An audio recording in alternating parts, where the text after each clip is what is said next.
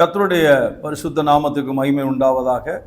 ஆண்டவராகிய இயேசு கிறிஸ்துவின் ஈடு இணையற்ற நாமத்தினாலே உங்கள் யாவரையும் வாழ்த்துகிறேன். சர்வ வல்லவர் உங்களை சம்பூர்ணமாக ஆசீர்வதிப்பாராக. எபிரேயருக்கு எழுதின நிருபம் 13ஆம் அதிகாரம் 14ஆம் வசனத்திலிருந்து நாம் வாசிக்கிறோம். நிலையான நகரம் நமக்கு இங்கே இல்லை, வரப்போகிறதையே நாடி தேடுகிறோம். ஆகையால் அவருடைய நாமத்தை துதிக்கும் உதடுகளின் கனியாகிய ஸ்தோத்திர பலியை அவர் மூலமாய் எப்போதும் தேவனுக்கு செலுத்த கடவோம். அன்றியும் நன்மை செய்யவும் தான தர்மம் பண்ணவும் மறவாதிருங்கள், இப்படிப்பட்ட பலிகளின் மேல் தேவன் பிரியமாய் இருக்கிறார் என்று சொல்லி பார்க்கிறோம். நிலையான நகரம் நமக்கு இங்கே இல்லையாம்.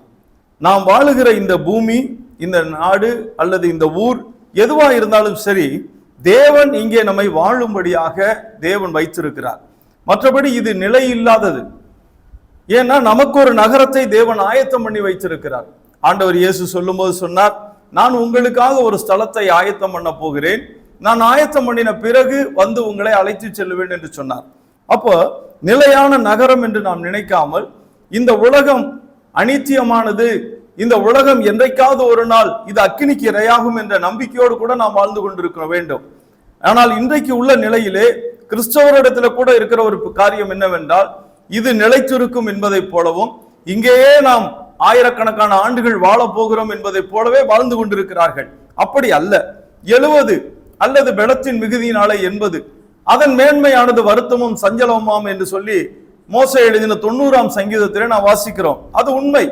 ஏன்னா இன்னைக்குள்ள வாழ்க்கை அப்படித்தான் இருக்கிறது. போராட்டம் நிறைந்த வாழ்க்கை, வேதனை நிறைந்த ஒரு காலங்கள், இப்படித்தான் நம்முடைய வாழ்க்கை ஓடிக்கொண்டிருக்கிறது. ஆனால் நம்முடைய வாழ்க்கையில நாம் என்ன செய்ய வேண்டும் என்பதை குறித்தும், நம்முடைய வாழ்க்கையில நாம் எப்படி வாழ வேண்டும் என்று சொல்லி வேதம் நமக்கு பல காரியங்களை போதிக்கிறது. அதிலே சில காரியங்களை இன்றைக்கு நாம் பார்க்க தேவன் நமக்கு கிருபை செய்வாராக. நாம் ஜெபிப்போம். அன்பு தகப்பனே, இந்த நல்ல வேலைக்காக உமக்கு நாங்கள் நன்றி செலுத்துகிறோம். ஆண்டவரே, நிலையான நகரம் இங்கே இல்லை என்று சொன்னவர் எங்களுக்கென்று ஒரு நிலையான நகரத்தை கட்டி வைத்திருக்கிற தேவனாய் இருக்கிறீர். உமக்கு நன்றி செலுத்துகிறோம். தகப்பனீர் எங்களோடு பேசும்படியாக நாங்கள் ஜெபிக்கிறோம். அப்பா, எங்களுடைய குறைவுகளை மன்னியும். நீர் எங்களோடு பேசும்படியாக நீர் இந்த நாளிலே எங்கள் நடுவிலே எழுந்தருளுவீராக. உம்முடைய வசனம் எங்கள் கால்களுக்கு தீபமும் எங்கள் பாதைக்கெல்லாம் வெளிச்சமா இருக்கிறது அல்லவா? அந்த வார்த்தை வெளிப்படும்படி ஜெபிக்கிறோம். இயேசு கிறிஸ்துவின் நாமத்தில் ஜெபிக்கிறோம் நல்ல பிதாவே, ஆமேன். நிலையான நகரம் நமக்கு இல்லை என்று சொல்லும் போது 11ஆம் அதிகாரம், எபிரேயர் 11ஆம் அதிகாரத்திலே 13ஆம் வசனத்துல பாருங்க, இவர்கள் எல்லாரும் வாக்குத்தத்தம் பண்ணப்பட்டவைகளை அடையாமல் என்று சொல்லுகிறார். இவர்கள் எல்லாரும் என்று சொல்லும் போது நோவா, ஏனோக்கு, அதே போல ஆபேல், மற்ற எல்லாவரை குறித்தும் அங்கே எழுதப்படுகிறது. ஆபிரகாமிலிருந்து ஒவ்வொருவரையும் சொல்லி கொண்டு வரும்போது சொல்லுகிறார், இவர்கள் எல்லாரும் வாக்குத்தத்தம் பண்ணப்பட்டவைகளை அடையாமல் தூரத்திலே அவைகளை கண்டு நம்பி அணைத்து கொண்டு பூமியின் மேல் தங்களை அந்நியரும் பரதேசிகளும் என்று அறிக்கையிட்டு விசுவாசத்தோட மரித்தார்கள். இப்படி அறிக்கையிடுகிறவர்கள் சுய தேசத்தை நாடி போகிறோம் என்று தெரியப்படுத்துகிறார்கள். தாங்கள் விட்டு வந்த தேசத்தை நினைத்தார்களானால் அதற்கு திரும்பி போவதற்கு அவர்களுக்கு சமயம் கிடைத்திருக்குமே. அதையல்ல, அதிலும் மேன்மையான பரம தேசத்தையே விரும்பினார்கள். ஆகையால் தேவன் அவருடைய தேவன் எனப்பட வெட்கப்படுகிறதில்லை. அவர்களுக்கு ஒரு நகரத்தை ஆயத்தம் பண்ணினாரே. அவர்கள் விட்டு வந்த தேசத்துக்கு திரும்பி போவதற்கு அவர்களுக்கு சமயம் இருந்தது. ஆனால் அதையல்ல, அதிலும் மேன்மையான பரம தேசத்தை விரும்பினார்கள். நாமும் கூட சரி, நம்முடைய வாழ்க்கையில் தேவன் தெரிந்து கொண்டார், நம்மளை பிரித்தெடுத்தார். இனி நம்முடைய வாழ்க்கை முற்றிலுமாகவே தேவனை நோக்கி ஓடுகிற ஓட்டமா இருக்க வேண்டும். தேவனுடைய சித்தத்தை செய்கிறவர்களாய் நாம் காணப்பட வேண்டும். அநேக நேரங்களிலே இன்றைக்கு தேவனுடைய பிள்ளைகளுடைய வாழ்க்கை முற்றிலும் மாறுபட்ட ஒரு வாழ்க்கையா இருக்கிறது. உலகத்துக்காகவே வாழ்கிறவர்களாக, உலகத்தையே நோக்கி பார்க்கிறவர்களாக, உலக சிந்தை நிறைந்தவர்களாய் இன்றைக்கு மாறிவிட்டார்கள். கிறிஸ்துவின் சிந்தை இல்லை, ஆவியானவர் சிந்தை இல்லை. அதற்கு பதிலாக மாம்ச சிந்தை நிறைந்த ஒரு வாழ்க்கையை நாம் பார்க்கிறோம். அதனால்தான் பல இடங்களிலே போராட்டங்களும் பிரச்சனைகளும் சண்டைகளும் சச்சரவுகளும் ஆலயங்களுக்குள்ளேயே இன்றைக்கு பகை விரோதம் தலையெடுத்திருக்கிறது.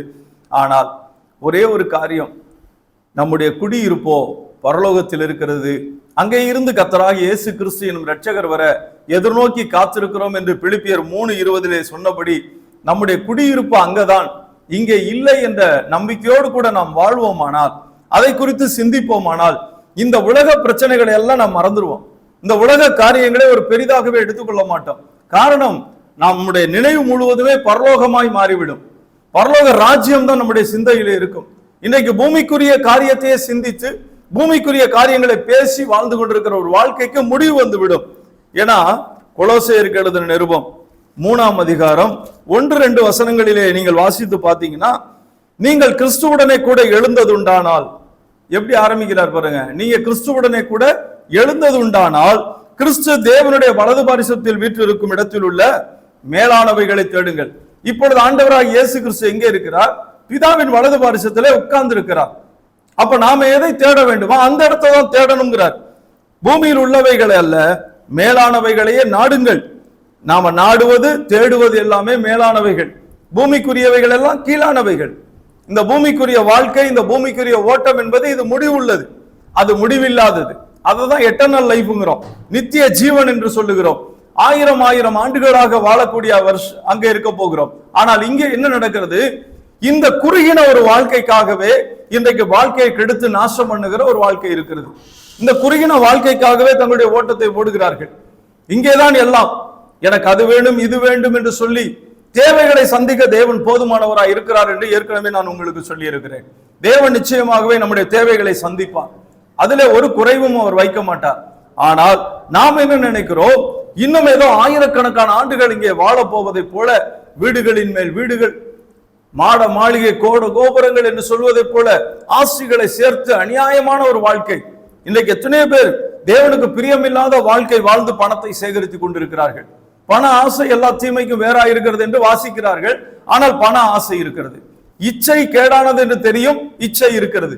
இப்படி எல்லாவற்றிலுமே பூமிக்குரிய காரியங்கள். ஆனால் வேதம் என்ன சொல்லுகிறது? கிறிஸ்து எங்கே வீற்றிருக்கிறாரோ அந்த மேலானதை தேடுங்கள், பூமியில் உள்ளவைகளை அல்ல, மேலானவைகளையே நாடுகள் என்று சொல்லுகிறார். அப்ப நிலையான நகரம் நமக்கு இங்கே இல்லை, வரப்போகிறதையே நாடி தேடுகிறோம். நம்முடைய குடியிருப்பு, இது ரொம்ப ஒரு அருமையான வார்த்தை. என்னன்னு கேட்டீங்கன்னா, குடியுரிப்பு அப்படின்னு சொல்லி இதுல போட்டிருக்கோம். குடியிருப்பு அல்ல, குடியுரிமை. குடியுரிமைன்னு ஆங்கில வேதாந்தம் நீங்க பாத்தீங்கன்னா சிட்டிசன்ஷிப் இருக்கும். குடியுரிமை என்பது வேறு, குடியிருப்பு என்பது வேறு. நம்ம ஒரு இடத்துல குடியிருக்கலாம். இப்ப நம்ம நாட்டுல பாத்தீங்கன்னா சாம்சங் இருக்குது, பல கம்பெனிகள் இருக்கு இல்லையா? அவங்க எல்லாரும் இங்க வந்து இருக்கிறாங்க, இங்க இருந்து கம்பெனிகள்ல வேலை செய்யறாங்க. சரி, நம்ம எலெக்ஷன் வருது இல்லையா? எலெக்ஷன்ல அவங்க ஓட்டு போட முடியுமா? ஓட்டு போட முடியாது. ஏன்?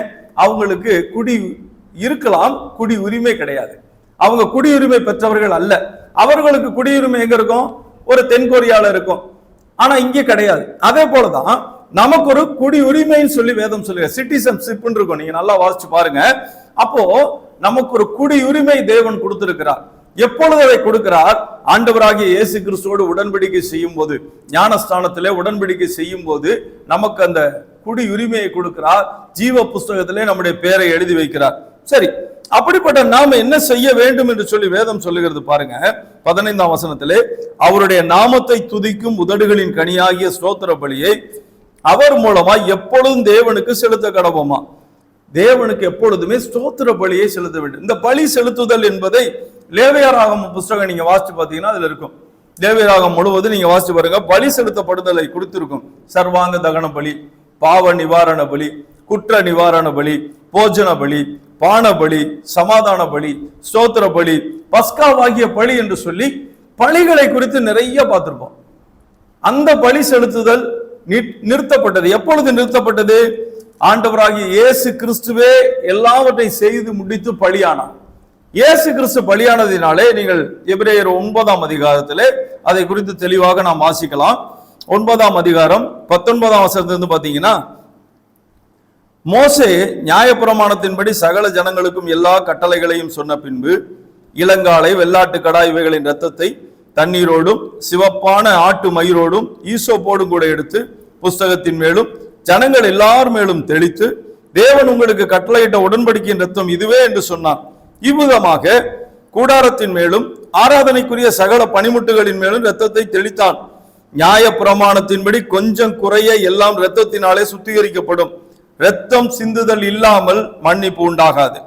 ஆதலால் பரலோகத்தில் உள்ளவைகளுக்கு சாயலானவைகள் இப்படிப்பட்ட பலிகளினாலே சுத்திகரிக்கப்பட வேண்டியதாய் இருந்தது. பரலோகத்தில் உள்ளவைகளோ இவைகளிலும் விசேஷித்த பலிகளாலே சுத்திகரிக்கப்பட வேண்டியதாமே. அந்தப்படி மெய்யான பரிசுத்த ஸ்தலத்துக்கு அடையாளமான கையினால் செய்யப்பட்டதாக இருக்கிற பரிசுத்த ஸ்தலத்திலே கிறிஸ்துவானவர் பிரவேசியாமல் பரலோகத்தில் தானே இப்பொழுது நமக்காக தேவனுடைய சமூகத்தில் பிரத்யட்சமாகும்படி பிரவேசித்திருக்கிறார். பிரதான ஆசாரியன் அந்நிய இரத்தத்தோடு வருஷந்தோறும் பரிசுத்த ஸ்தலத்திற்கு பிரவேசிக்கிறது போல இவர் அநேகம் தரம் தம்மை பலியிடும்படிக்கு பிரவேசிக்கவில்லை. அப்படி இருந்ததானால் உலகம் உண்டானது முதற்கொண்டு அவர் அநேகம் தரம் பாடுபட வேண்டியதா இருக்குமே. அப்படி அல்ல, அவர் தம்மை தாமே பலியிடுகிறதினாலே பாவங்களின் நீக்கும் பொருட்டு இந்த கடைசி காலத்தில் ஒரே தரம் வெளிப்பட்டார். எல்லா பலிகளை நிறுத்தி இன்றைக்கு கர்த்தராகிய இயேசு கிறிஸ்து நமக்காக பலியானதினாலே பலி செலுத்தப்படுதல் நிறுத்தப்பட்டு விட்டது. அப்ப பலி செலுத்தக்கூடாது. இன்றைக்கும் கூட பாத்துங்க, புறஜாதியார் இன்றைக்கும் ஆடு மாடுகளை பலியிடுகிறார்கள். பல புறாவை கோழி எல்லாம் அறுத்து பலி கொடுப்பார்கள். ஒண்ணுமே முடியாத முட்டையை பலியா செலுத்துவான். பார்த்திருக்கீங்களா?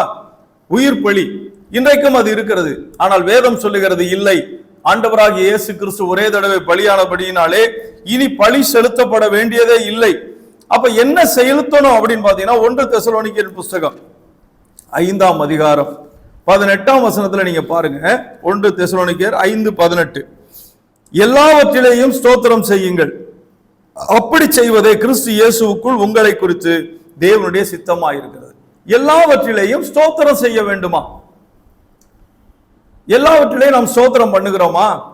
இன்றைக்கு ஸ்தோத்திரம் பண்றது குறைவுபட்டு போன ஒரு காலமா இருக்கிறது. ஏன்னா வேலை ஜாஸ்தி, வேலையினாலே ஸ்தோத்திரம் பண்றதுக்கு பதிலாக சும்மா இருக்கிறோம். அல்லது ஒரு சிலர் என்ன பண்ணிட்டு இருக்கிறாங்கன்னா மனம் சலித்து போயிடுறாங்க. கர்த்தரை குறித்தே மனஞ்சலிப்பு, அதனால ஸ்தோத்திரம் பண்றது இல்லை. ஆனா வேதம் சொல்லுகிறது உங்களுடைய சித்தம், உங்களை குறித்து தேவனுடைய சித்தம் என்ன? ஸ்தோத்திரம் செய்ய வேண்டும். ஸ்தோத்திரம் செய்கிறவன் என்ன? ஸ்தோத்திர பலியிடுகிறவன் என்னை மகிமைப்படுத்துகிறான் என்று சங்கீதம் 50:23 வாசிக்கிறோம். ஸ்தோத்திர பலியிடுகிறவன். அப்ப ஸ்தோத்திர பலியிடுதல் என்பதும் ஒரு பலி. அந்த பலியை தேவன் விரும்புகிறார். நம்முடைய வாழ்க்கையில எப்பொழுதுமே தேவனுக்கு ஸ்தோத்திரம் பண்ண கற்றுக்கொள்ள வேண்டும். இன்றைக்கு அதையெல்லாம் நிறுத்திவிட்டு இன்னைக்கு பல காரியங்களை பேசுகிறோம்.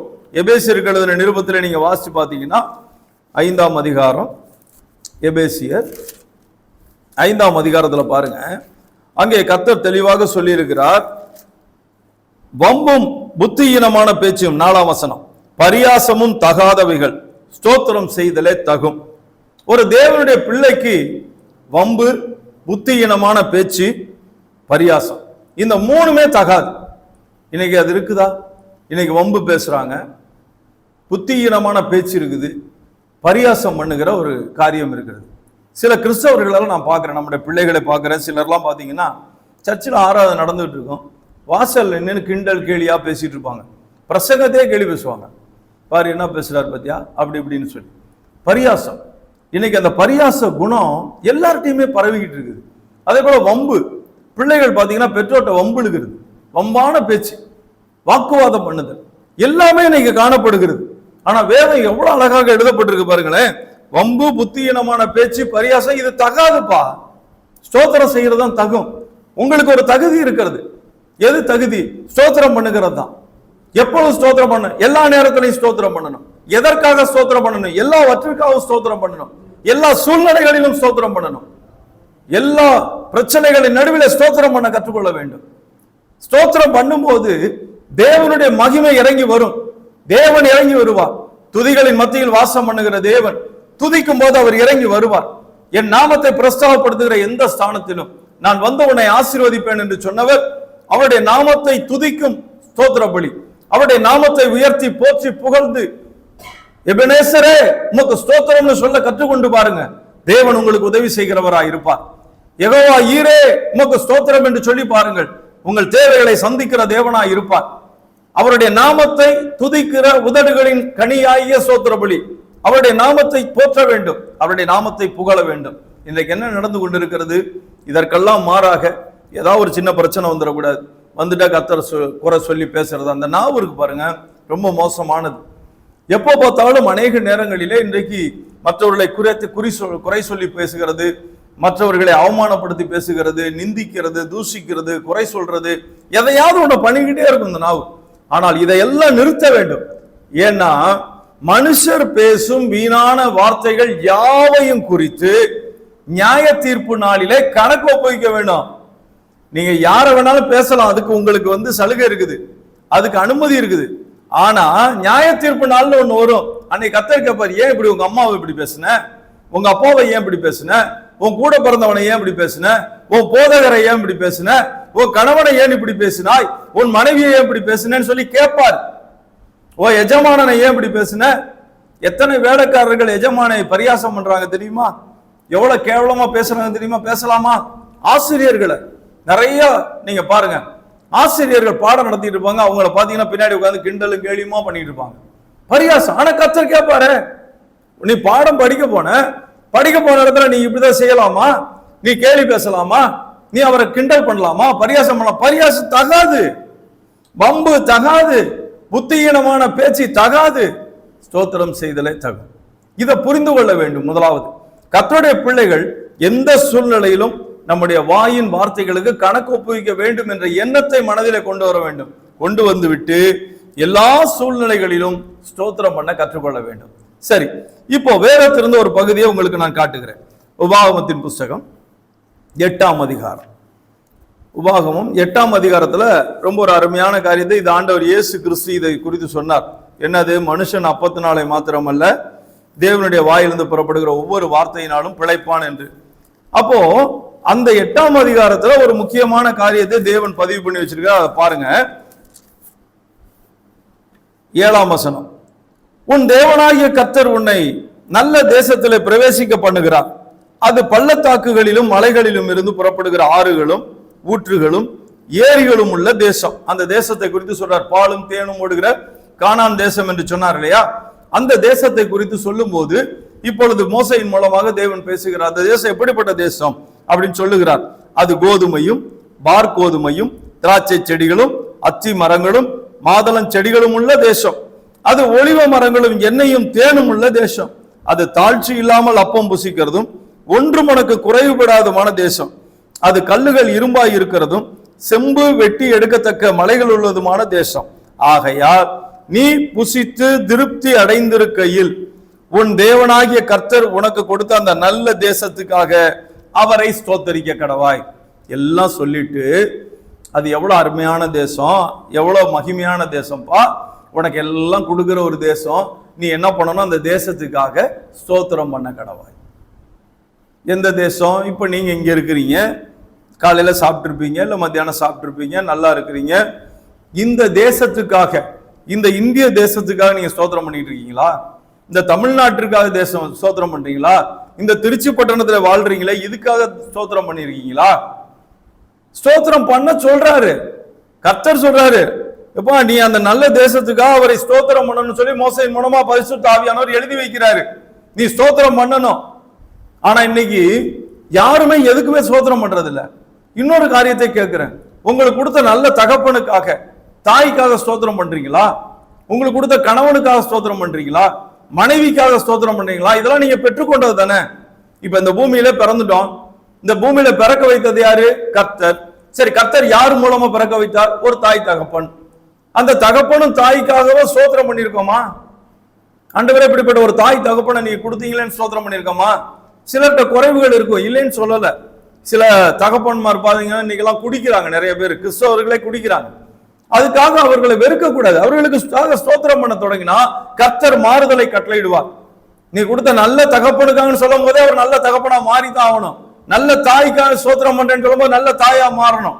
நல்ல கணவனுக்காக ஸ்தோத்திரம் பண்றேன்னு சொல்லும் போது அந்த கணவனுடைய கிரியைகள் மாறும். ஸ்தோத்திரம் பண்ணதுனால கிருபைகள் பெருகும். யாருக்காக ஸ்தோத்திரம் பண்றோமோ அவரிடத்துல கிருபை பெருகும். இன்னைக்கு நல்ல தாய் தகப்பனுக்காக ஸ்தோத்திரம் பண்றீங்களா? கணவனுக்காக ஸ்தோத்திரம் பண்றீங்களா? மனைவிக்காக ஸ்தோத்திரம் பண்றீங்களா? கொடுத்த பிள்ளைகளுக்காக பெற்றோர் ஸ்தோத்திரம் பண்றீங்களா? அது ஒளிவு மர கன்றுன்னு சொல்லி இருக்கிறாரே, ஸ்தோத்திரம் பண்றீங்களா? ஸ்தோத்திரமே பண்றது இல்ல. பெற்றுக்கொண்ட நன்மைகளுக்காக ஸ்தோத்திரம் பண்ணணும். உங்களுக்கு கொடுத்த வீடுக்காக, அது வாடகை வீடா இருக்கட்டும் அல்லது சொந்த வீடா இருக்கட்டும், ஓட்டு வீடா இருக்கட்டும், பெரிய காங்கிரீட் பில்டிங்கா இருக்கட்டும், பெரிய மாட மாளிகையா இருக்கட்டும், அல்லது சாதாரண ஒரு குடிசையா இருக்கட்டும், எல்லாவற்றுக்காக ஸ்தோத்திரம் பண்ணணும். சரி, உங்களுக்கு கொடுத்த ஆசிரியருக்காக ஸ்தோத்திரம் பண்றீங்களா? உங்களுக்கு கொடுத்த எஜமானுக்காக ஸ்தோத்திரம் பண்றீங்களா? உங்களுக்கு கொடுத்த வாகனத்துக்காக ஸ்தோத்திரம் பண்றீங்களா? உங்களுக்கு கொடுத்த சபைக்காக ஸ்தோத்திரம் பண்ணிட்டு இருக்கீங்களா? உங்களுக்கு கொடுத்த பாஸ்டருக்காக ஸ்தோத்திரம் பண்றீங்களா? யாருக்காக? உங்களுடைய ஸ்தோத்திரம் எப்படி இருக்க வேண்டும்? நீ ஸ்தோத்தரிக்க கடவாயின்னு சொல்றாரு. கட்டளை அது. நீ ஸ்தோத்திரம் பண்ணித்தான் ஆகணும். அதான் உனக்கு தகுதி. ஸ்தோத்திர பலியிடுகிறவன் தான் தேவனை மகிமைப்படுத்தி கொண்டிருக்கிறான். இல்லைக்கு ஸ்தோத்திர பலியிடுறது இல்ல, குறை பேசுகிறது, பரியாசம் பண்றது, வம்பு, புத்தியீனமான பேச்சு, அதை விட்டுட்டு வெளியே வரணும். நீங்க ஆசீர்வாத குறைவா இருக்கிறது காரணமே அதுதான். உங்களுடைய ஆசீர்வாதம் இல்லைன்னு சொல்றீங்க இல்லையா? எனக்கு குறைவு இருக்கியா, கடன் பிரச்சனை இருக்கு, அது இருக்கு, இது இருக்கு. ஏன் இருக்கு? கர்த்தரை ஸ்தோத்திரம் பண்ணா கர்த்தர் இறங்கி வருவார். கர்த்தர் உங்கள் வாழ்க்கையை புரட்டி போடுவார். உங்களுக்கு கொடுத்த நல்ல ஈவுகளுக்காக ஸ்தோத்திரம் பண்ணுங்க. உங்களுக்கு கொடுத்த வாகனத்துக்காக ஸ்தோத்திரம் பண்ணுங்க. என்ன வாகனமா இருக்கட்டும், சைக்கிள் இருந்தா சைக்கிளுக்காக ஸ்தோத்திரம் பண்ணுங்க. உங்களுக்கு கொடுத்த ட்ரெஸ்ஸுக்காக ஸ்தோத்திரம் பண்ணுங்க. உங்களுக்கு கொடுத்த சாப்பாட்டுக்காக ஸ்தோத்திரம் பண்ணுங்க. இன்னும் அதிகமா சொல்றேன், கேளுங்க கொஞ்சம் கவனமா. உங்களுக்கு கொடுத்த கண்ணுக்காக ஸ்தோத்திரம் பண்ணுங்க. எத்தனை பேர் பார்வையற்று குச்சி வச்சு நடந்து போறாங்க பாக்குறீங்கல்ல? பார்த்துட்டு பாவம், கண்ணு தெரியாதவர். ஐயா உனக்கு கண்ணு இருக்க, நீ ஸ்தோத்திரம் பண்ணியா? கால்மா நடக்க முடியாம முடமா இருக்காங்களே எத்தனை பேர், சாஞ்சி சாஞ்சி நேரா நடக்க முடியாம எவ்வளவு தடுமாறி நடந்து போறாங்களே. உன் கால் நல்லா இருக்கே, நீ ஸ்தோத்திரம் பண்ணி ஆண்டவர் இந்த காலை கொடுத்தீங்களே ஸ்தோத்திரம் சொன்னியா? சிலர் கையே இல்லாம, நீ பாக்குற ஒரு பொண்ணுக்கு 2 கையும் இல்ல, காலில் கண்ணாடி எடுத்து மாட்டுறா அந்த புள்ள, வயசு புள்ள. உனக்கு கை நல்லா இருக்கே, ஸ்தோத்திரம் பண்ணீங்களா? வாய் நல்லா இருக்கே, காது கேக்குதே, வாய் பேச முடியுதே, ஸ்தோத்திரம் பண்ணீங்களாங்க? ஆண்டவரே இப்படி நல்ல கண்ணை கொடுத்தீரே ஸ்தோத்திரம் சொன்னீங்களா? நல்ல காது கொடுத்தீரே ஸ்தோத்திரம் சொன்னீங்களா? நல்ல பேச வச்சீங்களே ஸ்தோத்திரம் சொன்னீங்களா? நல்ல நடக்க வச்சீங்களே ஸ்தோத்திரம் ஆண்டவரேன்னு சொன்னீங்களா? மனநிலை பாதிக்கப்பட்டவர்கள் எத்தனை பேர்? உங்களுக்கு நல்ல மனநிலை இருக்கு, ஸ்தோத்திரம் பண்ணீங்களா? மூளைய வளர்ச்சி இல்லாமல் எத்தனை பிள்ளைகள் மரண போராட்டத்தில் இருக்காங்களே எத்தனை பேர்? நீங்க நல்லா இருக்கீங்களே ஸ்தோத்திரம் பண்ணீங்களா? உங்களுக்கு கொடுத்த சரீர அவயவங்கள் ஒவ்வொன்றுக்காக ஸ்தோத்திரம் பண்ணீங்களா? எத்தனை பேர் இருதய நோயினால பாதிக்கப்பட்டிருக்காங்க, கிட்னி பாதிக்கப்பட்டவர்கள், குடல்களிலே பாதிப்பு, எத்தனை பாதிப்பு, எவ்வளவு வேதனைகள். உங்களுக்கு எல்லாம் நல்லா இருக்குது, ஸ்தோத்திரம் பண்ணீங்களா? தேவன் எதிர்பார்க்கிறார். 10 குஷ்டரோகிகள் அவர் இடத்துல வராங்க. ஆண்டவர் சொல்ல, நீங்க போய் ஆசாரிட்ட காட்டு. போறாங்க. போற வழியில எல்லாருடைய குஷ்டரோகங்களும் சுகமடைகிறார்கள். 10 பேரும். 9 பேர் ஓடிப்பிட்டான். ஒரே ஒருத்தன் திரும்பி வர்றான். அவன் ஆண்டவர் பாதத்துல மோங்குப்புற விழுந்து அவன் நன்றி செலுத்துறான், ஸ்தோத்திரம் பண்றான். ஆண்டவர் சொல்றாரு, சொச்சமான 10 பேர் இல்லப்பா, எங்க 9 பேரை காணோம்? அங்கெல்லாம் போயிட்டாங்க, இவன் ஒருத்தன் தான். யோசிச்சு பாருங்களேன், நீங்க அந்த ஒரு நபரா இருக்கக்கூடாதா? உங்களுக்கு கொடுத்த நன்மையான ஈவுகளுக்காக ஸ்தோத்திரம் பண்ணக்கூடாதா? உங்களுக்கு கொடுத்த நல்ல காரியங்களுக்காக ஸ்தோத்திரம் பண்ணக்கூடாதா? உங்களுக்கு கொடுத்த மனைவி பிள்ளைகளுக்காக ஸ்தோத்திரம் பண்ணக்கூடாதா? எத்தனை பேர் சாப்பிட முடியாம தொண்டையில டியூப் போட்டு ஊத்திட்டு இருக்காங்க தெரியுமா? எத்தனை பேர், எத்தனை பேருடைய வாழ்க்கையில போராட்டங்கள், எவ்வளவு பிரச்சனைகள், எவ்வளவு பாடுகள், எவ்வளவு உபத்திரவங்கள். ஆனா நல்லா இருக்கிறீங்க, ஒரு ஸ்தோத்திரம் பண்றது இல்லையே. எனக்கு என்னன்னு வாழ்ந்துகிட்டு இருக்கிறீங்க. எவ்வளவுக்கு அதிகமாக தேவனை நீங்க துதிக்கிறீர்களோ அந்த அளவில் உங்கள் குடும்ப வாழ்க்கை மற்ற எல்லாம் மாறும், எல்லா சூழ்நிலையிலும் மாறும். கர்த்தர் சகலத்தை மாற்றி போட வல்லவராக இருக்கிறார். நீங்க ஸ்தோத்திரம் பண்ணி பாருங்க. இன்றைக்கு நிறைய பேருடைய வாழ்க்கையில் இருக்கிற பயங்கரமான பிரச்சனை என்னன்னா, நன்மையை இழந்து போனது காரணம் என்னன்னா, தேவனை மகிமைப்படுத்த தவறிவிட்டார்கள், தேவனை உயர்த்த தவறிவிட்டார்கள், தேவனை போற்ற தவறிவிட்டார்கள். தேவனை மகிமைப்படுத்துவதே கிடையாது. எந்த சூழ்நிலையிலும் நாம் பெற்று அனுபவிக்க சகலவித நன்மைகளையும் சம்பூரணமாய் கொடுக்கிற தேவன் என்று சொன்னபடி அந்த சம்பூரணமாய் கொடுத்த தேவனை துதிக்க வேண்டும், போற்ற வேண்டும், புகழ வேண்டும். ஸ்தோத்திரம் பண்ணுங்க, மாறுங்க. குடிகார கணவன் மாறுவான், பொறுப்பில்லாத மனைவி மாறுவா, பொறுப்பற்ற பிள்ளைகள் மாறும். ஆண்டவரே இந்த பிள்ளைகளுக்காக உமக்கு நன்றி செலுத்துவேன்னு சொல்லி பாருங்க. கர்த்தர் இந்த பிள்ளைகளின் மேல கண்ணோக்கமாவார். அவங்க ஒழுங்கினமா தான் இருக்கும். இந்த கடைசி காலத்துல பல போராட்டங்கள் பிள்ளைகளுக்கு உண்டு. பிள்ளைகளுடைய வாழ்க்கையில தேவனு இன்னைக்கு அனுமதித்த காரியங்களை தவிர தேவையில்லாத காரியங்களை பிசாசு எத்தனையோ அனுமதிக்கிறான், அவர் இடத்துல கொண்டு வந்து புகுத்தி கொண்டிருக்கிறான். நீங்கள் ஸ்தோத்திரம் பண்ண பண்ண பண்ண அந்த இடமே மாறும். நீங்க எவ்வளவுக்கு ஸ்தோத்திரம் பண்றீங்களோ பிள்ளைகளுக்காக, உங்க எஜமானுக்காக ஸ்தோத்திரம் பண்ணுங்க. வேலை செய்கிற இடத்துல எஜமான் விக்கிரக ஆராதனை செய்ய சொல்றாரா, ஆண்டவரே நீ பாருன்னு சொல்லி ஸ்தோத்திரம் பண்ணி பாருங்க, எல்லாம் மாறும், எல்லாம் மாறும், சூழ்நிலைகள் மாறும். கர்த்தர் சகலத்தையும் மாற்றி போடுவார். சரிங்களா? இன்னைக்கு அநேகருடைய வாழ்க்கையில இருக்கிறத குறித்து சலிப்பு தான் இருக்குது. இப்படிப்பட்ட கணவனை கட்டிக்கிட்டேனே, என் புருஷனுக்கு சரியே இல்லைங்க, என் மனைவியை பாருங்க ஒண்ணுக்கும் தவ, இப்படிதான் பேசுறாங்க. பிள்ளைகளை பாருங்க, பிள்ளைகள் நல்ல பிள்ளைகளை தேவன் கொடுத்துருப்பார், வளர்க்க வேண்டிய விதத்துல வளர்க்கறது இல்ல, அது இஷ்டத்துக்கு விட்டுற வேண்டியது. அப்புறம் சொல்றது என் பிள்ளை ஒண்ணுமே சொன்ன பேச்சு கேட்க மாட்டேங்குது. எப்படி கேட்காம இருப்பான்? எப்படி அவ கேட்காம போவா? இந்த பிள்ளைக்காக பிறந்தவர்லேருந்து ஸ்தோத்திரம் பண்ணிருக்கீங்களா? ஆண்டவரே இந்த மகளை கொடுத்தீரே ஸ்தோத்திரம், இந்த மகனை கொடுத்தீரே ஸ்தோத்திரம், இந்த பிள்ளைகளுக்காகவும் நான் துதிக்கிறேன் ஸ்தோத்தரிக்கிறேன்னு சொல்லிக்கிட்டே இருந்திருக்கிறீங்களா? சொல்லி பாருங்க, அந்த பிள்ளை சரியா இருக்கும். இன்னும் சொல்றதே இல்லையே.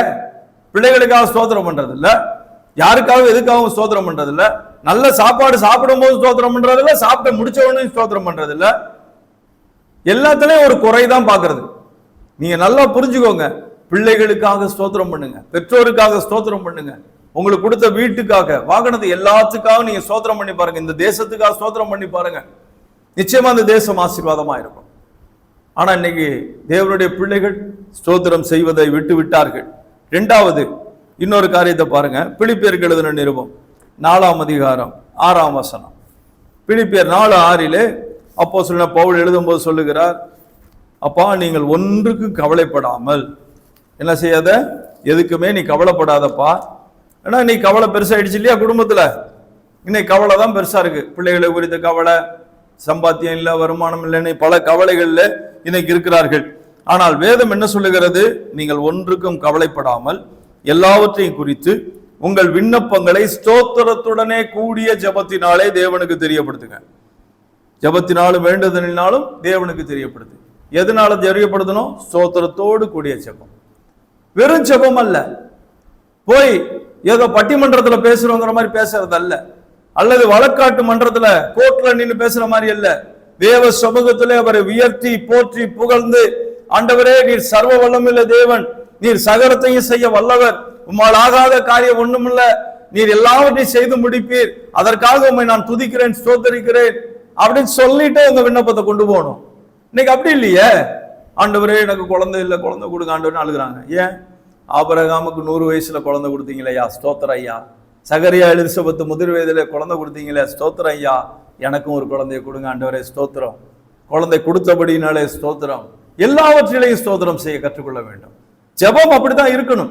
ஸ்தோத்திரத்தோடு போகணும் தேவன்கிட்ட. ஸ்தோத்திர பலியிடும் போது தேவனை மகிமைப்படுத்துறோம். தேவனை மகிமைப்படுத்தும் போது தேவன் நம்முடைய விண்ணப்பங்களை கேட்கிற தேவனா இருக்கிறார். அதை விட்டுறது. ஏன்னா தேவன் துதிகளின் மத்தியில் தான் வாசம் பண்ணி கொண்டிருக்கிறார். கேருபீன்களும் சேராபீன்களும் அவரை ஓயாமல் துதித்துக் கொண்டிருக்கிறார்கள். நாம என்ன பண்ணிக்கிட்டு இருக்கிறோம்? நம்ம துதியே போயிடுச்சு, ஸ்தோத்திரம் போயிடுச்சு, பாட்டு பாடுறது போயிடுச்சு, ஆராதனை போயிடுச்சு. முன்னாடிலாம் தனியா வீட்டுல ஆராதிச்சுக்கிட்டே இருப்பாங்க, பாடிக்கிட்டே இருப்பாங்க.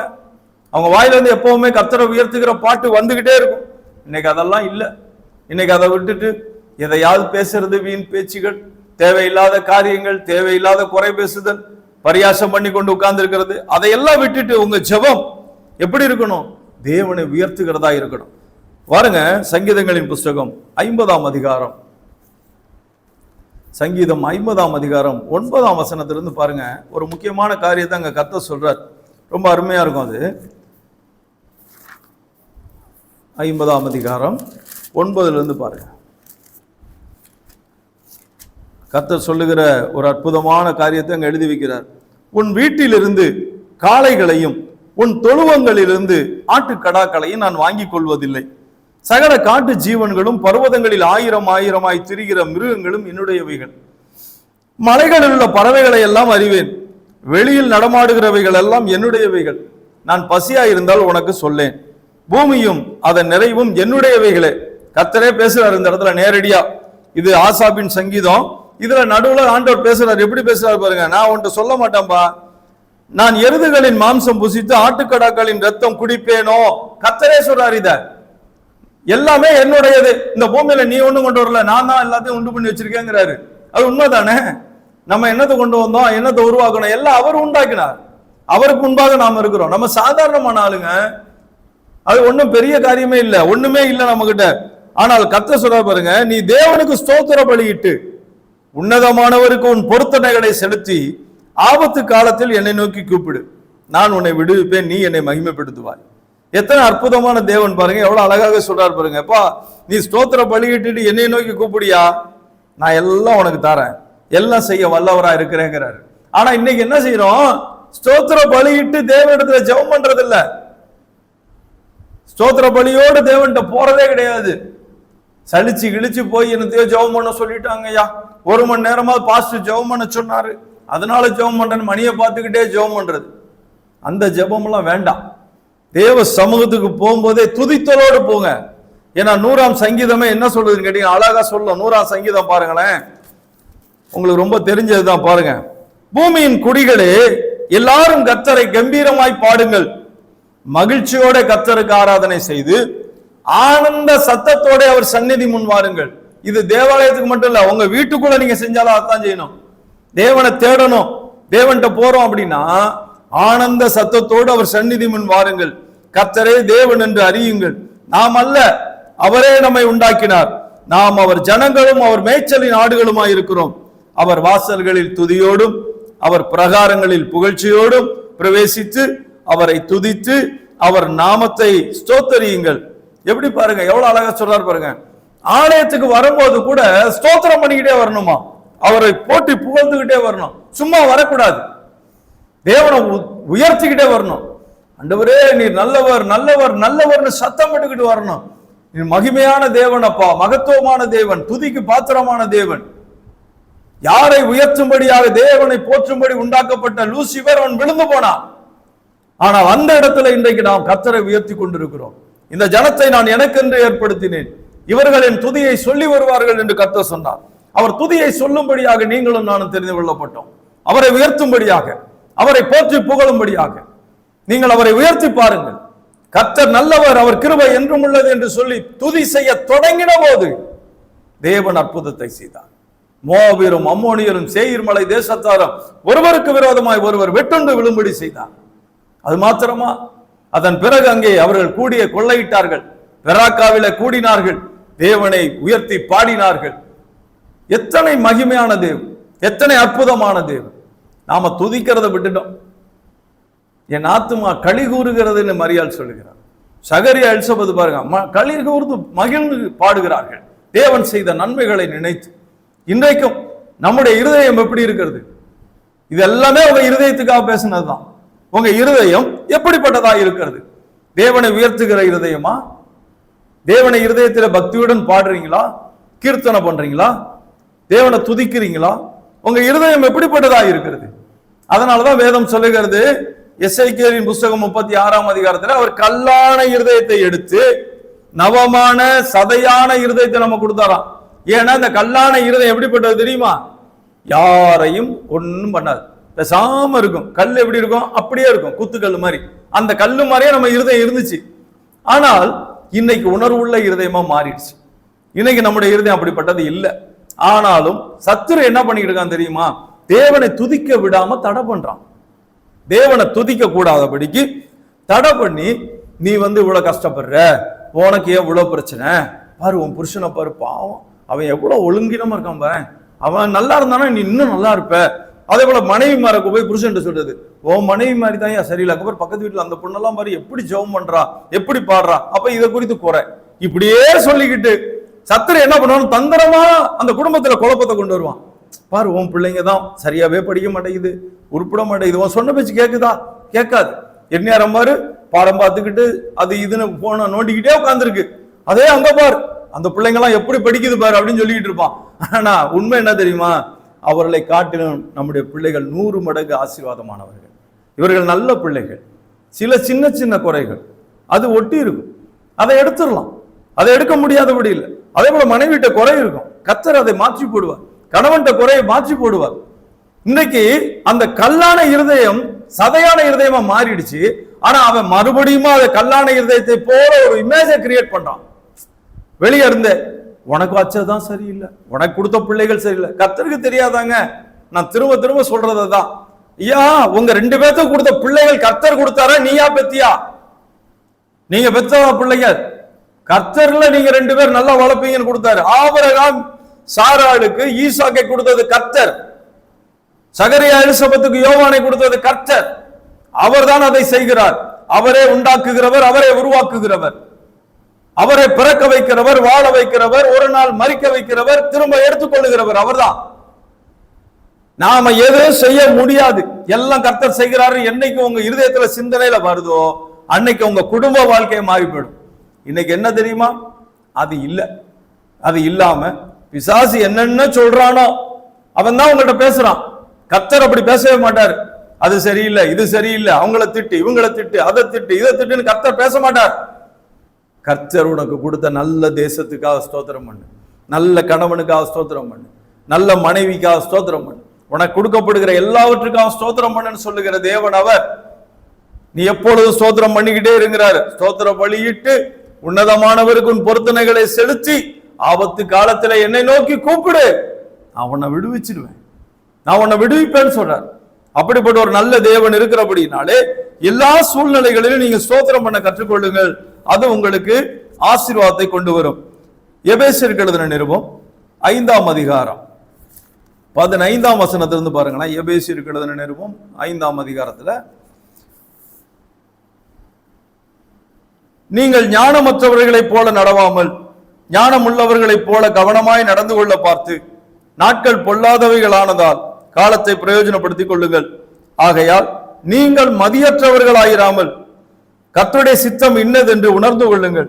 துன்மார்க்கத்திற்கு ஏதுவான மதுபான வெறி கொள்ளாமல் ஆவியினால் நிறைந்து சங்கீதங்களினாலும் கீர்த்தனைகளினாலும் ஞானப்பாட்டுகளினாலும் ஒருவருக்கொருவர் புத்தி சொல்லிக் கொண்டு உங்கள் இருதயத்திலே கர்த்தரை பாடி கீர்த்தனம் பண்ணி நம்முடைய கர்த்தராகிய இயேசு கிறிஸ்துவின் நாமத்தினாலே எப்பொழுதும் எல்லாவற்றிற்காகவும் பிதாவாகிய தேவனை ஸ்தோத்தரித்து தெய்வ பலயத்தோட ஒருவருக்கொருவர் கீழ்ப்படிந்திருங்கள்.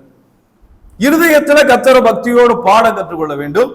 அடுத்து பாருங்க, இயேசு கிறிஸ்துவின் நாமத்தினாலே எப்பொழுதும் தேவனை ஸ்தோத்தரிக்க வேண்டும். அதான் பவுல் செய்கிறார் இல்லையா? 1 கொரிந்தியரின் புத்தகம் 15ஆம் அதிகாரம் 57ஆம் வசனத்துல, நம்முடைய கர்த்தராகிய இயேசு கிறிஸ்துவினாலே ஜெயம் கொடுக்கிற தேவனுக்கு ஸ்தோத்திரம், நன்மை செய்கிற தேவனுக்கு ஸ்தோத்திரம், இயேசு கிறிஸ்துவின் நாமத்தினாலே கொடுத்த பிள்ளைகளுக்காய் ஸ்தோத்திரம் சொல்ல கற்றுக்கொள்ள வேண்டும். வாயை திறங்க, தேவனை துதிங்க, தேவனை உயர்த்துங்க. உங்க கொடுத்த எல்லா நன்மைகளுக்காக ஸ்தோத்திரம் பண்ணிக்கிட்டே இருங்க. எல்லா நன்மைகள் ஒருவேளை தீமையா தெரியுதா, ஸ்தோத்திரம் பண்ணுங்க. கர்த்தர் அதை நன்மையாய் மாற்ற வல்லவராய் இருக்கிறார். இன்னைக்கு நம்முடைய வாழ்க்கையில எப்பொழுதுமே இடைவிடாமல் தேவனை ஸ்தோத்திரம் பண்ண சொல்ல வேண்டாம். எப்பொழுதும் இடைவிடாமல் தேவனை ஸ்தோத்தரிக்க கற்றுக்கொள்ள வேண்டும். பிள்ளைகளுக்கு அதை சொல்லிக் கொடுக்கணும். ஸ்தோத்திரம் பண்ணுன்னு சொல்லுங்க. ஏன், என்ன கஷ்டம்? சாப்பாடு வச்ச உடனே ஸ்தோத்திரம் ஆண்டவரே இந்த உணவை கொடுத்ததுக்காக ஸ்தோத்திரம்னு சொல்ல தெரியாதா? சொல்ல முடியாதா? ஏன் சொல்ல முடியல? சொல்லி கொடுக்கல. சொல்லுங்க, பிள்ளைகளுக்கு சொல்லி கொடுங்க. கடைசியா ஒரு காரியத்தை 2 பார்த்துருவோம். 1 தீமோத்தேயின் புத்தகம் 2ஆம் அதிகாரம் 1 தீமோத்தேயு 2ஆம் அதிகாரம் 1-2. அதுல பாருங்க, நான் பிரதானமாய் சொல்லுகிற புத்தி என்னவெனில் எல்லா மனுஷருக்காகவும் விண்ணப்பங்களையும் ஜெபங்களையும் வேண்டுதல்களையும் ஸ்தோத்திரங்களையும் பண்ண வேண்டும். எல்லா மனுஷருக்காகவும், உங்க குடும்பம் இல்ல, சபை அல்ல, உங்களுக்கு உறவினர்கள் நண்பர்கள் இவர்களை மட்டுமல்ல, இவங்களெல்லாம் ஸ்தோத்திரம் பண்ணணும். அது முக்கியமான காரியம். அதுதான் ஏற்கனவே சொன்னேன். எல்லாருக்காகவும் ஸ்தோத்திரம் பண்றது. அடுத்து உங்க குடும்பம், சபை, உங்களுடைய உறவினர்கள் நண்பர்கள் யாருக்காகனாலும் ஸ்தோத்திரம் பண்ணணும். அதோடு சேர்ந்து 2வதாக எல்லா மனுஷருக்காகவும் ஸ்தோத்திரம் பண்ண கற்றுக்கொள்ள வேண்டும். இன்னைக்கு என்ன நடக்குதுன்னா, எல்லா மனுஷருக்காகவும் ஸ்தோத்திரம் பண்றதே கிடையாது. அதுலயும் சத்துருக்கள் எல்லாம் ரொம்ப கடினமா பேச ஆரம்பிச்சிடறாங்க. ஒருத்தர் நமக்கு விரோதமா இருந்தா அவங்கள எப்படியாவது சாகணுங்கிற மாதிரியே ஜெபம் பண்றாலாம் ஆயிடுச்சு. ஏன்னா ஒரு இடத்துல ஒரு வீட்டுல ஜெபம் பண்றதுக்காக நான் போய் உட்கார்ந்துருந்தேன். சும்மா அந்த இடத்துல இருந்தபோது பேசிக்கிட்டு இருந்தோம். அப்போ உங்க ஊழியக்காரன்னு சொல்லி ஒருத்தர் ஜெபம் பண்ண வந்திருந்தார். அந்த ஊழியக்காரர் மாதிரி கூட சரியா தெரியல. அவர் ஜெபம் பண்ணாரு. நானும் பேசாம இருந்தேன். அவர் பண்ணும்போது என்ன பண்ணாருன்னா, எனக்கு ரொம்ப ஆச்சரியமான விஷயம், ஆண்டவரே இவர்களுக்கு விரோதமா எழுந்த அந்த மனிதனை நீங்கள் அடிக்க வேண்டும்னு சொல்லி ஜெபம் பண்றாரு. அடிக்க வேண்டும்னு எனக்கே புரியல. என்னன்னு அடிக்கிறதுனா சாகடிச்சிடுறதா இல்ல கைய காலை ஒடிச்சிடுறதா? இது கர்த்தருக்கு வேலையாது. கர்த்தரை அடிக்க வேண்டும்னு சொல்லி ஒரு ஜெபம். நான் எல்லாம் முடிஞ்சிருச்சு. அவங்க எனக்கு உறவினர்களும் கூட அப்புறம் சொன்னேன், இந்த மாதிரி ஆளெல்லாம் வீட்டுக்குள்ளேயே விடாதீங்க. அன்பை பத்தி இயேசு பேசிக்கிட்டு இருந்தா இவர் அடிக்கிறத பத்தி பேசிக்கிட்டு இருக்கிறாரு. நேர் எதிரான நிலையில பேசுறாரு. இவர் என்ன ஆவியில இருக்காருன்னே தெரியல. தயவு செய்து இப்படிப்பட்ட மனிதர்களே உள்ளே விடாதீங்கன்னு சொல்லிட்டு வந்தேன். இங்க நமக்கு என்ன சொல்றாரு? எல்லா மனிதர்களுக்காகவும் நீ ஜெபம் பண்ணு, விண்ணப்பம் பண்ணு, வேண்டுதல் செய்யி, ஸ்தோத்திரம் பண்ணு. இந்த தேசத்துல இருக்கிற எல்லாருக்காகவும் நம்ம ஸ்தோத்திரம் பண்ணணும். அது நம்ம மேல விழுந்த கடமைங்க. அது இந்த தேசத்திலே சமாதானம் இருந்தா உங்களுக்கு எனக்கு சமாதானம் இருக்கும். இந்த தேசம் சுகமா இருந்தா நாம நல்லா இருப்போம். இந்த தேசத்தில் நல்ல விளைச்சல் இருந்தா நம்ம ஆசீர்வாதமா இருப்போம். நமக்கு பசியோ பட்னியோ இருக்காது. இங்கே குறைவுபட்டால் நமக்கும் குறைவு தான். இங்கே யுத்தம்னா நமக்கும் யுத்தம் தான். இங்கே போராட்டம்னா நமக்கும் போராட்டம் தான். அப்ப நாம என்ன செய்யணும்? நாம இந்த தேசத்துக்காக ஸ்தோத்திரம் பண்ணணும், ஆட்சியாளர்களுக்காக ஸ்தோத்திரம் பண்ணணும், எல்லாருக்காகவும் ஜெபம் பண்ணணும், எல்லாரும் மனம் திரும்ப வேண்டும் என்று ஸ்தோத்திரம் பண்ணி ஜெபம் பண்ணணும். ஏன்னா 2ஆம் வசனத்தை சொல்றாரு பாருங்க, நாம் எல்லா பக்தியோடும் நல்ல ஒழுக்கத்தோடும் கலகம் இல்லாமல் அமைதலுள்ள ஜீவனம் பண்ணும்படிக்கு ராஜாக்களுக்காகவும் அதிகாரமுள்ள யாவருக்காகவும் அப்படியே செய்ய வேண்டும். நம்முடைய இரட்சகராகிய தேவனுக்கு முன்பாக அது நன்மையும் பிரியவுமாயிருக்கிறது. எல்லா மனுஷரும் ரட்சிக்கப்படவும் சத்தியத்தை அறிகிற அறிவை அடையவும் அவர் சித்தம் உள்ளவராயிருக்கிறார். இவ்வளவு தெளிவா எழுதி வச்ச பிறகும் தேசத்துக்காக ஜெபம் பண்ண சொன்னோம்னா அவர்களை கடிந்து கொண்டு பல காரியங்களை பேசுகிற நிலை இருக்கிறது. அந்த நிலை இருக்கவே கூடாது. அடுத்து ஸ்தோத்திரம் பண்ணலைன்னா என்ன நடக்கும்? ஒரு வசனத்தை வாசிட்டு திரும்ப பார்க்கலாம். பிலிப்பியருக்கு எழுதுகிற நிருபம் 1ஆம் அதிகாரம் 5-6 வசனங்கள்ல பாத்தீங்கன்னா அதுல ஒரு காரியத்தை குறித்து பவுல் எழுதுறாரு. ரொம்ப ஒரு அருமையான காரணம். உங்களில் நற்கிரியைகளை தொடங்கினவர் அதை இயேசு கிறிஸ்துவின் நாள் பரியந்தம் முடிய நடத்தி வருவார் என்று நம்பி நான் உங்களை நினைக்கிற பொழுதெல்லாம் என் தேவனை ஸ்தோத்தரிக்கிறேன். நான் உங்களை நினைக்கிற பொழுதெல்லாம், அது என்ன நினைக்கிற பொழுது? எல்லாரையும் எல்லா நேரத்திலும் நினைக்க முடியாதுங்க. இப்ப நானே இருக்கிறேன், நான் வீட்டில் இருக்கும்போது என்னுடைய குடும்பத்தை நினைப்பேன். வேலை ஸ்தலம்னு வந்தவொடனே வேலை ஸ்தலத்துல வேலைக்காரர்கள் மற்ற காரியங்களை நினைப்பேன். நண்பர்களோடு இருக்கும்போது அவங்கள நினைப்பேன். அப்படிதான் இருக்கும். ஆனா சாதாரணமா நம்ம ஒரு இடத்துல இருக்கும்போது சில நேரங்களிலே சிலரை தேவன் நினைவுபடுத்துவார். இப்போ போதகர் திடீர்னு பாஸ்டரோட ஞாபகம் வருதுன்னா பாஸ்டர் பேரை சொல்லி ஸ்தோத்திரம் பண்ண ஆரம்பிக்கணும். அதுதான் உங்களை நினைக்கிற பொழுதெல்லாம். பவுலுக்கு பிலிப்பிய சபை நினைவுக்கு வந்த போதெல்லாம் அவர்களுக்காக ஸ்தோத்திரம் பண்ணாராம். அப்ப நாம என்ன பண்ணணும்? யார் ஞாபகம் வருகிறார்களோ, யார் நினைவுக்கு வருகிறார்களோ அந்த நேரத்தில் அவர்களுக்காக ஸ்தோத்திரம் பண்ணணும். எனக்கு 3 பெண் பிள்ளைகள் இருக்கு, அவர்களுக்கு குடும்பம் இருக்கு. இப்போ அவர்கள் எல்லா நேரமும் நான் நினைச்சிட்டு இருக்க முடியாது. நான் எப்பவுமே பிள்ளைங்க மேல நினைவா இருக்கேன், அதெல்லாம் சும்மா பொய், அப்படிலாம் கிடையாது. திடீரென்று நினைவு, திடீர்னு பெரிய மகளை நினைக்கலாம், சின்ன மகளை நினைக்கலாம், அல்லது யாரையாவது நினைக்கலாம், நண்பர்கள் நினைவுக்கு வரலாம். அப்படி வரும்போது ஆண்டவர் நினைவுபடுத்தும் போது அந்த நேரத்தில் அவங்க பேரை சொல்லி அவங்களுக்காக அவங்க குடும்பத்துக்காக ஸ்தோத்திரம் பண்ணி பாருங்க. அந்த குடும்பத்துல பெரிய மாற்றங்கள் உண்டாகும், அங்கே நன்மை உண்டாகும். பிலிப்பு சபைக்கு அதை சொல்லுகிறார். நான் உங்களை நினைக்கிற பொழுதெல்லாம் என் தேவனை ஸ்தோத்தரிக்கிறேன் என்று சொல்லுகிறார். அப்ப எல்லா சூழ்நிலையும் நாம் ஸ்தோத்திரம் பண்ண கற்றுக்கொள்ள வேண்டும். கடைசியாக ரோமருக்கு எழுதின நிருபம் 1ஆம் அதிகாரம் 21ஆம் வசனம் பாருங்க. ஸ்தோத்திரம் பண்ணலைனா என்ன செய்யப்படும் அங்க எழுதப்பட்டிருக்குது. ஸ்தோத்திரம் பண்ணா சரி, ஸ்தோத்திரம் பண்ணலைனா அவர்கள் தேவனை அறிந்தும் அவரை தேவன் என்று மகிமைப்படுத்தாமலும் ஸ்தோத்தரியாமலும் இருந்து. யார் ஒருவர், இது அவர்கள் என்ற போது எல்லாரையும் சேர்த்து குறிக்கும். கர்த்தருடைய பிள்ளைகள் தேவனை அறிந்திருக்கிறோம், ஆனா தேவனை மகிமைப்படுத்தல, தேவனை ஸ்தோத்திரம் பண்ணாமல் இருந்து தங்கள் சிந்தனைகளினாலே வீணரானார்கள். உணர்வில்லாத அவருடைய இருதயம் இருளடைந்தது. இது உலகத்தாரை குறித்து எழுதப்பட்டதுன்னு சொன்னதான், உண்மைதான். ஆனா நாம எவ்வளவு நேரம் தேவனை உயர்த்தி கொண்டிருக்கிறோம், எவ்வளவு நேரம் தேவனை போற்றி புகழ்ந்து கொண்டிருக்கிறோம். யோசிச்சு பாருங்க. அப்படி தேவனை ஸ்தோத்திரம் பண்ணாமல் இருந்தால், அது நானா இருந்தாலும் சரி, நீங்களா இருந்தாலும் சரி, இருதயம் இருளடையும். ஸ்தோத்திரம் பண்ணும்போது வெளிச்சமாகும், ஸ்தோத்திரம் பண்ணலன்னா இருளாகும். தேவனை ஆராய்த்து கொண்டிருக்கிற இருதயத்திலே தேவன் வாசம் பண்ணி கொண்டிருப்பார். அது வெளிச்சம். அவர் ஒளியான தேவன், அவர் வெளிச்சமா உங்களுக்குள்ளே இருப்பார். ஆனா அதே நேரத்தில் நீங்கள் தேவனை உயர்த்தாமல் அமைதலா இருந்து பாருங்க, உங்க இருதயம் தானாகவே இருளடையும். ஏன்னா அதுல இருளின் கிரியைகள் காணப்பட ஆரம்பிச்சிடும், உங்க சிந்தையிலே மாற்றங்கள் உண்டாகிவிடும். அப்ப தேவனை எப்பொழுதும் ஸ்தோத்திரம் பண்ணி அவரை வாழ்த்தி பாடிக்கொண்டே இருந்து பாருங்க, நீங்களும் ஆசீர்வாதமா இருப்பீங்க.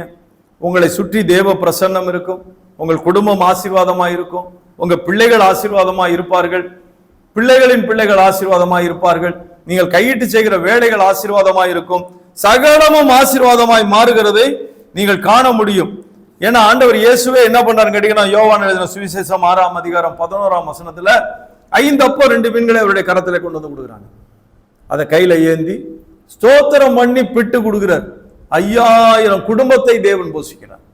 5000 புருஷர் என்றால் அவர்களுக்கு மனைவி பிள்ளைகள் இருக்கிறார்கள், எல்லாரும் அந்த இடத்துல இருக்காங்க. யோசிச்சு பாருங்களேன், ஸ்தோத்திரம் பண்ணி பிட்டார்.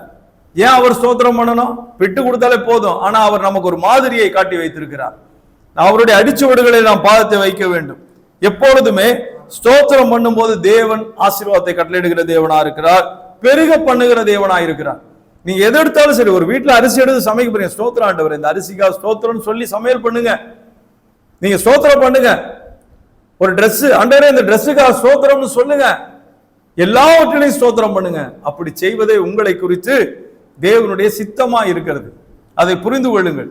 எல்லா சூழ்நிலை வழியில போகும்போது, ஒரு பஸ்ல பிரயாணம் பண்ணும்போது, ஆண்டவரே இந்த பஸ்ல பிரயாணத்தை கொடுத்துட்டு ஸ்தோத்திரம்னு சொல்லுங்க. நல்லபடியா ஆண்டவர் நடத்துவார். ஒரு ட்ரெயின்ல போனா ஸ்தோத்திரம் பண்ணுங்க. சபைக்கு வரும்போது ஸ்தோத்திரம் பண்ணிக்கிட்டே வாங்க. ஆண்டவரே நீ பேச போகிற வார்த்தைக்காய் ஸ்தோத்திரம், நான் உம்மை ஆராதிக்க போகிறேன், நான் முழு இருதயத்தோடு, முழு பலத்தோடு, முழு ஆத்மாவோடு உம்மை நான் உயர்த்த போகிறேன், உம்மை போற்றி புகழ போகிறேன் ஆண்டவரே என்று சொல்லி ஸ்தோத்திரம் பண்ணி பாருங்களேன். பெரிய ஆச்சரியமான காரியம் நடக்கும். தேவனுடைய அற்புத அடையாளங்களை நீங்கள் சபையில காண்பீர்கள். நீங்க தான், நான் தான். அப்போ எந்த சூழ்நிலை சரி, தேவனை உயர்த்துங்கள். நிலையான நகரம் நமக்கு இங்கே இல்லை, வரப்போகிறதையே நாடி தேடிக்கொண்டிருக்கிறோம். எனவே கடைசியாக ஒரு வசனத்தை சொல்லி நான் முடித்து விடுகிறேன். அதுல அவர் சொல்லும் போது பாருங்க, நன்மை செய்யவும் தான தர்மம் பண்ணவும் என்ன செய்யணுங்க? நன்மை செய்யவும் தான தர்மம் பண்ணவும் மறவாதிருங்க. அதை மறந்துடாதீங்கப்பா. தேவன் இப்படிப்பட்ட பலிகளின் மேலே, ஸ்தோத்திர பலி, நன்மை செய்தல், தான தர்மம் பண்ணுதல், இது நம்முடைய வாழ்க்கையில என்னைக்குமே நம்மளை விட்டு நீங்கவே கூடாது. ஏன்னா இந்த உலகத்திலேயே நன்மை செய்வதற்கென்று தான் தேவன் உங்களையும் என்னையும் உண்டாக்கி வைத்திருக்கிறார். நற்கிரியைகள் அது நம்ம இடத்துல காணப்படணும். தான தர்மம், முடிந்த அளவுக்கு ஏழை எளிய மக்களுக்கு உதவி செய்ய வேண்டும். அது உங்களை ஆசீர்வதிக்கும். ஏன்னா தான தர்மம் பரலோகத்துக்கு எட்டும். கொர்நேலியனுடைய ஜெபமும் தான தர்மமும் பரலோகத்துக்கு போச்சு. தேவன் தூதனை அனுப்பி விட்டார். அப்போ உங்களுடைய ஜெபம், உங்களுடைய தான தர்மம் அங்க போகுமா? நிச்சயமா போகும். பரலோகத்தை எட்டுகிற காரியம் அது. எனவே அதை மறந்துடாதீங்கன்னு சொல்றாரு. இன்னைக்கு நிறைய மறந்துட்டாங்க. சரியா? மறக்காம இருங்க. கர்த்தர் நிச்சயமா உங்களையும் உங்கள் பிள்ளைகளையும் ஆசீர்வதிப்பார். நாம் ஜெபிப்போம். அன்பு தகப்பனே, இந்த நல்ல வேலைக்காக உமக்கு நாங்கள் நன்றி செலுத்துகிறோம். ஆண்டவரே, துதிகளின் மத்தியிலே நீர் வாசம் பண்ணுகிறீர். தூதர்கள் உம்மை தொழுது கொண்டிருக்கிறார்கள். ஆண்டவரே, ஆபிரகாம் பலிபீடம் கட்டி தொழுது கொண்டான். ஈசாக்கு பலிபீடம் கட்டினான். யாக்கோபு பலிபீடம் கட்டினான். ஆண்டவரே, நோவா பலிபீடம் கட்டினதை நாங்கள் பார்க்கிறோம். அப்பா, இன்றைக்கு இந்த காலை வேளையிலும், ஆண்டவரே இந்த மாலை வேளையிலும் சரி, மத்தியானத்திலும் சரி, எந்த நேரத்திலே உங்களுடைய பிள்ளைகள் இந்த செய்தியை கேட்கிறார்களோ அந்த நேரத்தில் எல்லாம் துதியினாலே ஒரு பலிபீடத்தை உண்டாக்கி உம்மை தொழுது கொள்ள உதவி செய்யும்படி செபிக்கிறோம். துதியின் ஆடையை தகப்பனீர் ஒவ்வொரு மேலும் போடுவீராக. கேட்கிற பிள்ளைகள் ஒவ்வொருவரையும் துதிக்கிறவர்களாய் மாற்றுவீராக. தேவனிடத்திலிருந்து நன்மையை பெற்றுக்கொள்ள தேவன் இரக்க செய்யும்படி ஜெபிக்கிறேன். ஒவ்வொருவர் குடும்பத்தையும் ஆசீர்வதிங்கப்பா. ஒவ்வொரு குடும்பத்தின் நன்மையும் கிருபையும் உண்டாகட்டும் கர்த்தாவே. நீர் பொறுப்படுத்திக் கொள்ளும். இயேசு கிறிஸ்துவின் நாமத்தில் ஜெபிக்கிறேன் நல்ல பிதாவே. ஆமென், ஆமென். கர்த்தர் உங்களை ஆசீர்வதிப்பார். God bless you. God bless you.